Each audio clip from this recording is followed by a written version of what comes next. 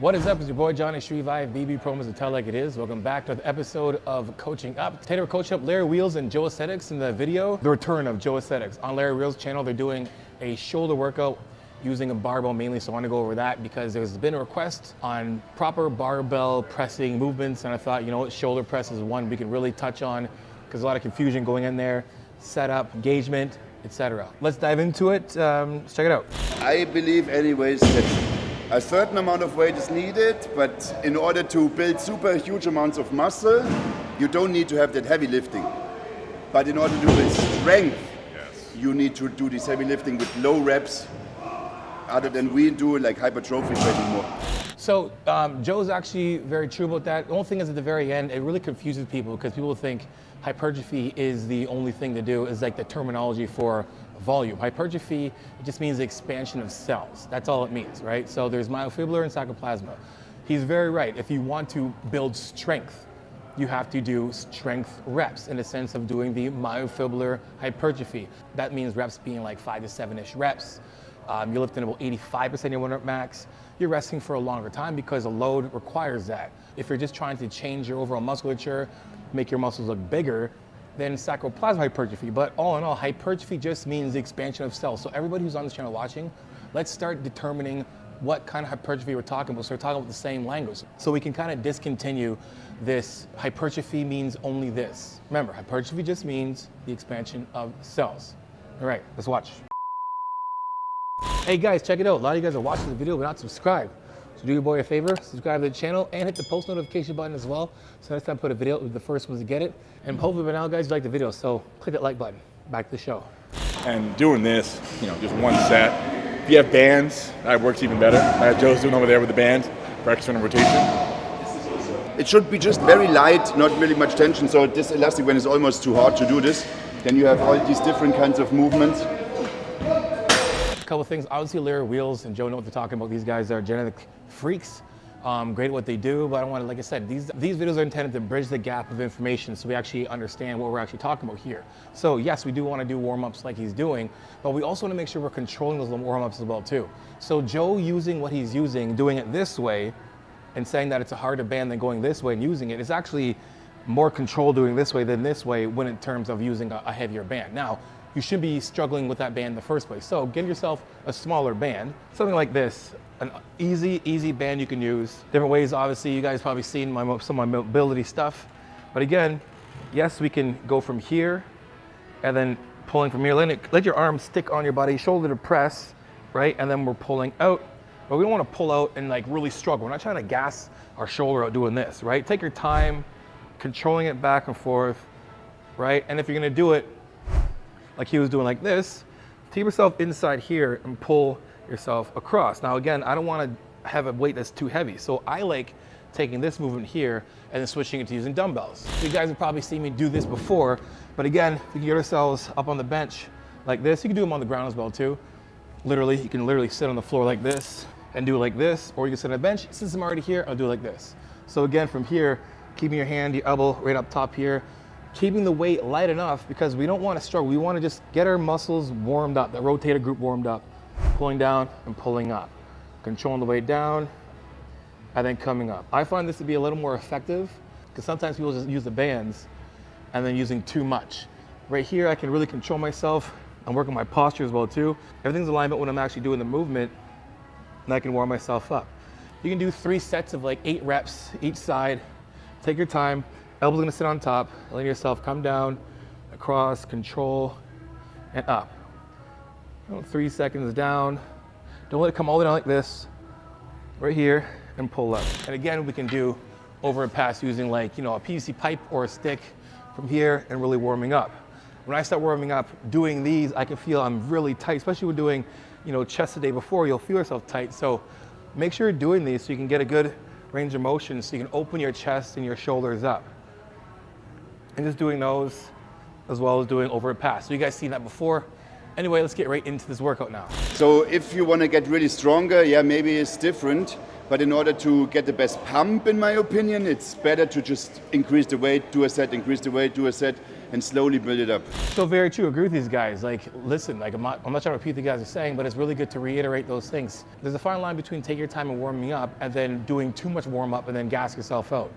So increase the weight at a level where you're just getting yourself warmed up. You're prepping yourself for the movement. You're not trying to literally gas yourself out. You're practicing the movement as if you're doing your final hard set. So your technique should stay consistent, and that's all you're doing, right? Just a dress rehearsal before you start pressing. Anyway.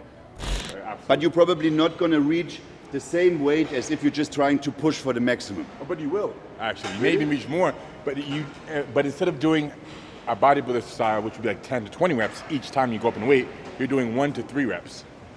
So you're not fatiguing the muscle, you're just warming up the CNS. So that's actually a pretty good point that he makes. When you're warming up, you don't really have to do the same amount of reps that you're doing for your working sets. You just have to do the same form and technique while you're doing your warm up. Then you know you're kind of warmed up, then you get into your actual sets. So you want to like save yourself some energy to put into your harder sets. Hey, one thing I have to mention is also you don't forget how big this guy is. You know? Don't forget how big he is. Because yes, do not forget how big Larry Wheels is. So Larry Wheels is going to warm up the way Larry Wheels is going to warm up. So is Joe. So I want to get you guys very specifics on warming up properly and how to set this thing up in the most optimal way. Now, this is down.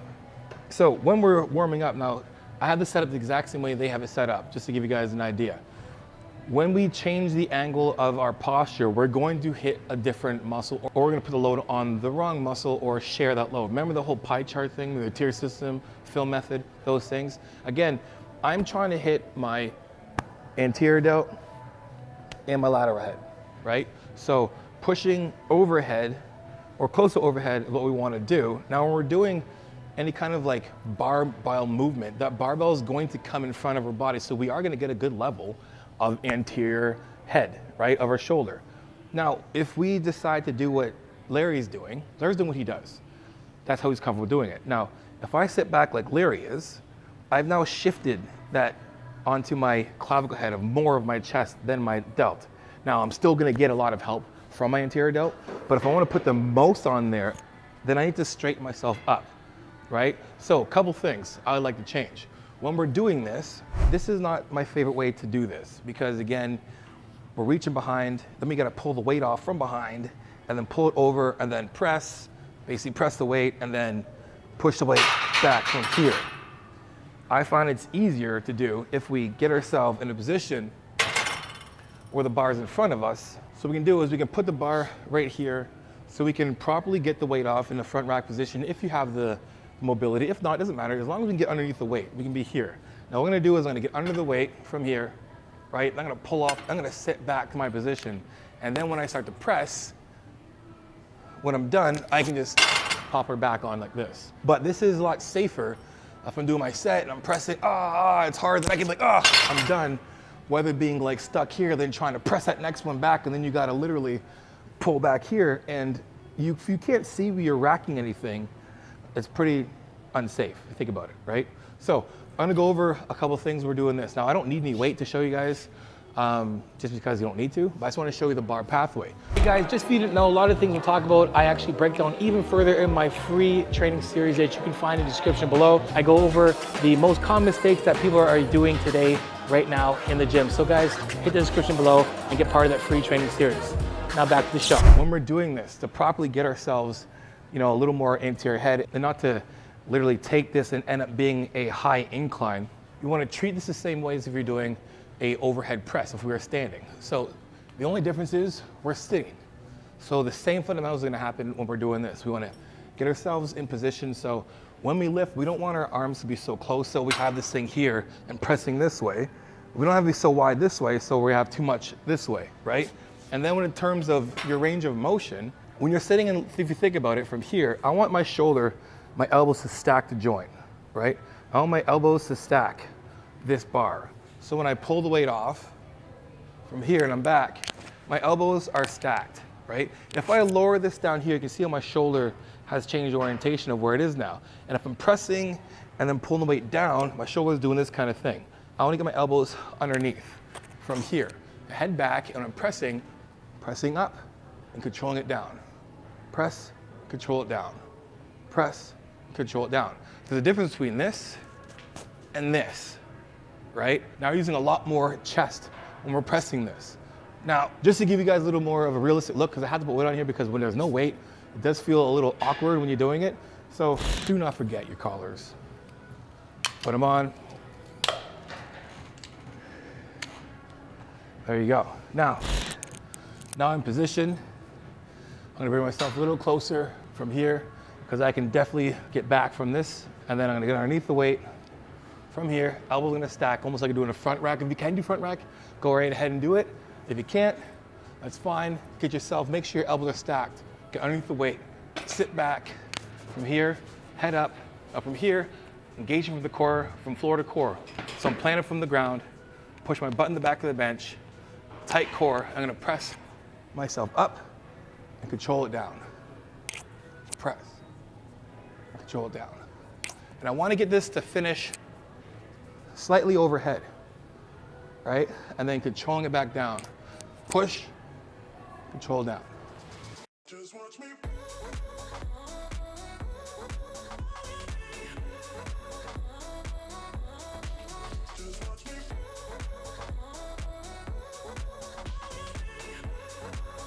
And that's it.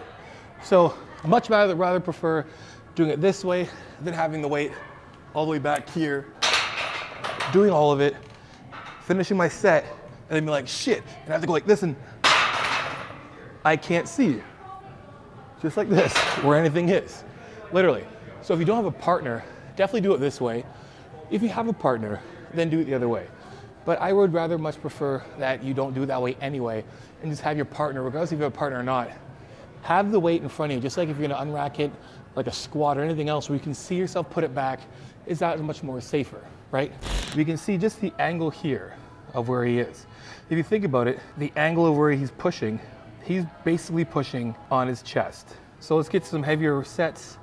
And we can see, just like pausing, you can see where this weight is. They're basically on a big angle where the back is basically like inclined. You might as well have inclined the bench to put this, right? So let's watch his set.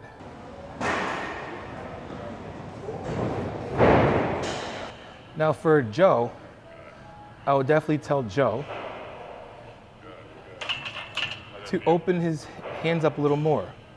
If you can see, so let's bring her up here. If you look at this set, Joe having bigger shoulders can be a little bit wider, but then to get his elbows underneath the bar a little more so they're not bowed out so much. So you actually see him press. You see his elbows are going out. Again, to kind of give you an idea of what they look like, they are here, their butts are in front more, and they're back like this. So huge bend in their back, and that weight goes from there to here. And they're underneath their chest, pressing up. They're almost back like this on the bench, pressing here. This is basically incline now. I have way more strength pressing this, and that's most probably the reason why they're doing it that way, because you have way more strength with your chest and your shoulders engaged than you do primarily just doing shoulders. Again, that's why we don't go with bind. Again, if you think about it, everything further away from midline is gonna be that much harder. So if I'm pressing down here, say like a dips are easier, right? Decline press, you can press a lot more. Flat bench is one of your stronger pressing movements. Incline starts getting harder, and then when you're looking at shoulders, it's even harder. It's the furthest thing away from midline, basically here. Having said that, when you do this, like they're doing, then you're changing the orientation and you're taking the load and now putting it more onto your clavicle head of your chest. Now your anterior delts still do help with shoulder adduction, but being in this position here puts a greater stress on the chest when doing that pressing move from here. So we want to push ourselves back. So when we're pressing, everything stays mostly on that interior head. Remember, the tier system fill method, we want to make sure we target that pie chart, make sure the most of that, the 80%, is going to our shoulders and not really dividing a lot of it up in our chest. These guys are probably doing it with intention. I want to make sure you guys are doing it and knowing if you're going to do it that way, plan to do it that way. If you're trying to hit your shoulders mostly, anterior delt, lateral head, then we need to be in a position where we're a little more upright, so we can put that load onto our delts. So I'm gonna move this back here. So I'm gonna move this up close so you guys see the position. I'm gonna move this bench close enough so when I unrack this, I'm not gonna hit this. I don't want it too close, but I also don't want it too far back where I'm doing this and I have to scoot myself back here. So we're gonna move this bench nice and close, right? As you can see, if I sit myself back, I'm away from the rack. I'm gonna get myself underneath myself from here, right? As you see, my butt's still in the back of the bench. From here, underneath, sit myself back, feet are planted, all the way butt to the back of the bench. Elbows are stacked, and we're gonna look up. We're gonna press up and control the weight up. Here, press.